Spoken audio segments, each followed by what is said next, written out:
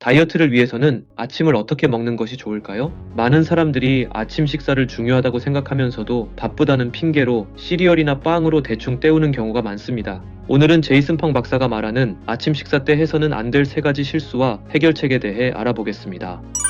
Too soon. When you're sleeping, you're not eating. So that's the fasting period, and that's where the word breakfast comes in.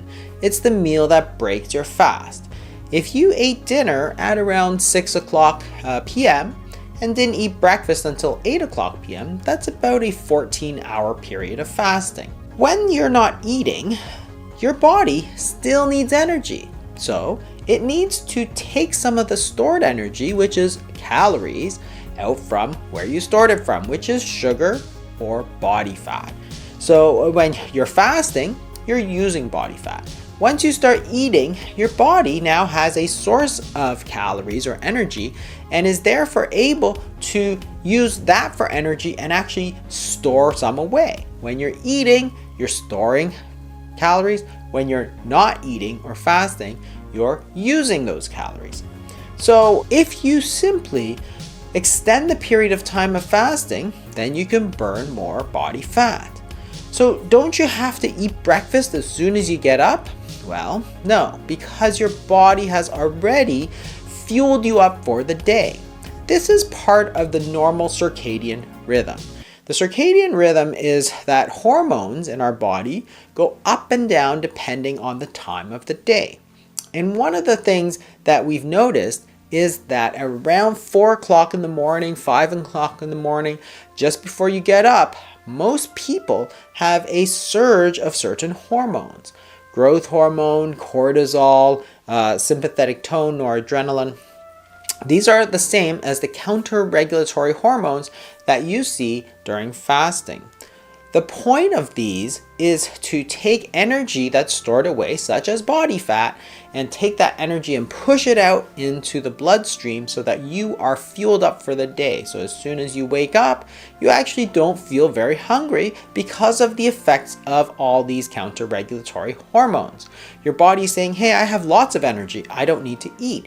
When you look at the circadian rhythm for hunger, most people, on average, are lowest at around 8 a.m., which is also the time of the day when you've eaten the furthest away. So hunger is not simply a state of how long you haven't eaten. It reflects the state of the hormones, and the hormones are telling you you have enough energy to get going. So don't break your fast the minute you get up, because to stop the body from using stored calories or body fat. If you're not hungry, why not let your body get moving first? Do something with the energy that the body is already pushing out into the bloodstream.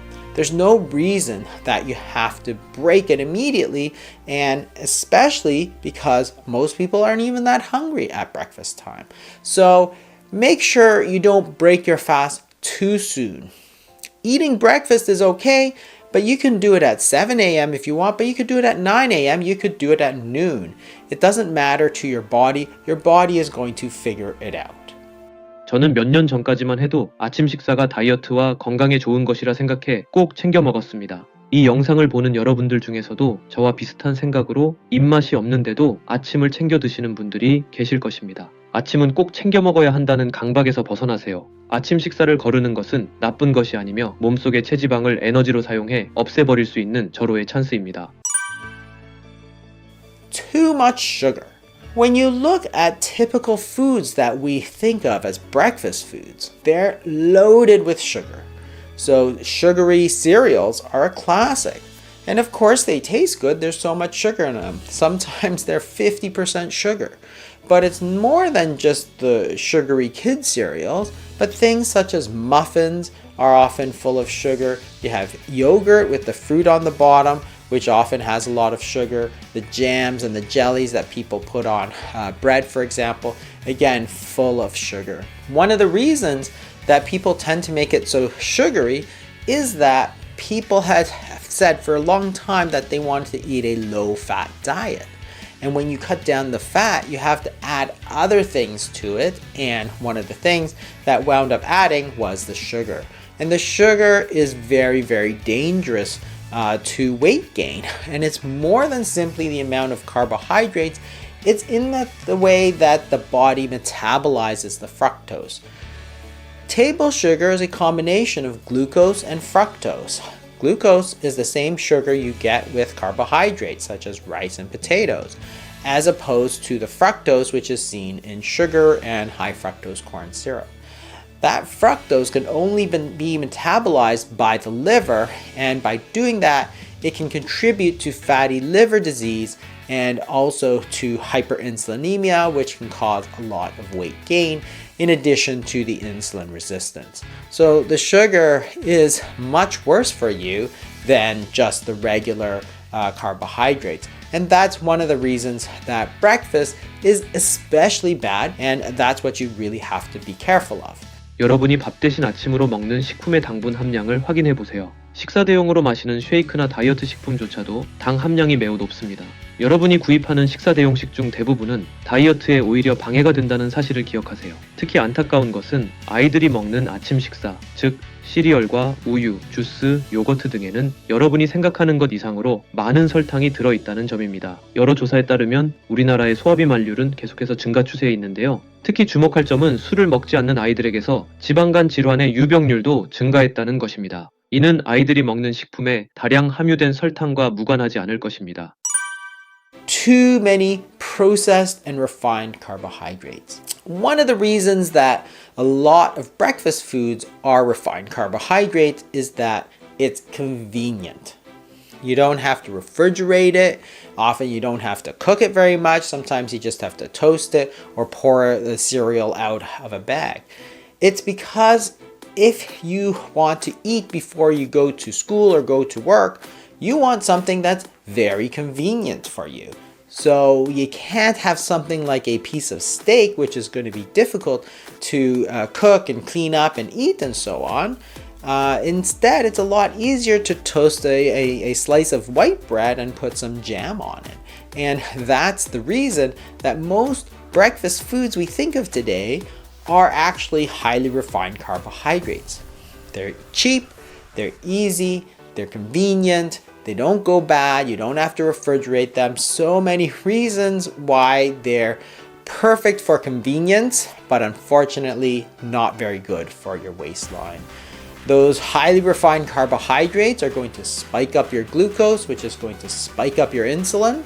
And then, because the high insulin just takes all that energy and sucks it into storage, there's no energy left for you. So you eat 2 slices of white bread and jam in the morning, by 10:30 you're ravenous and looking for a low-fat muffin. Don't fall into the trap. Yes, it's easy. No, it's not good for you. 많은 분들이 이런 식품을 아침 식사로 선택하는 이유는 제이슨펑 박사의 말대로 시간이 없어서일 것입니다. 여기에 여러분의 시간과 돈을 아끼면서 동시에 건강까지 챙길 수 있는 좋은 방법이 있습니다. 아침 식사를 그냥 건너뛰세요. 배가 고파서 안 된다고요? 글쎄요. 사실 허기는 우리 몸에서 에너지가 필요할 때 보내는 신호일 수도 있지만 습관의 영향이 굉장히 큽니다. 오랫동안 아침 식사를 챙겨 먹다가 아무것도 안 먹으면 당연히 처음 며칠간은 배가 많이 고플 수 있습니다. 어떤 변화든 처음에는 다 어렵고 불편합니다. 하지만 익숙해지면 괜찮아지고 그 적응 기간은 생각보다 길지 않을 것입니다. Eggs, for example, great. Bacon, meats like sausages, steak and eggs is classic. Slow cooked oats, not the instant ones that we have, which are highly sugared, but the old oats. Yes, they're carbohydrates, but there's a lot of fiber in them. The glycemic index isn't that low. And if it's too difficult because you don't have time to eat breakfast, you don't have to put something in your mouth immediately. You can break your fast anytime. So don't worry about it. It's okay to skip that immediate eating on waking up and let your body just continue to use up some of the energy. And those are the 3 biggest breakfast mistakes that I see. Too soon, too much sugar, and too much refined carbohydrates. 이상한 다이어트였습니다.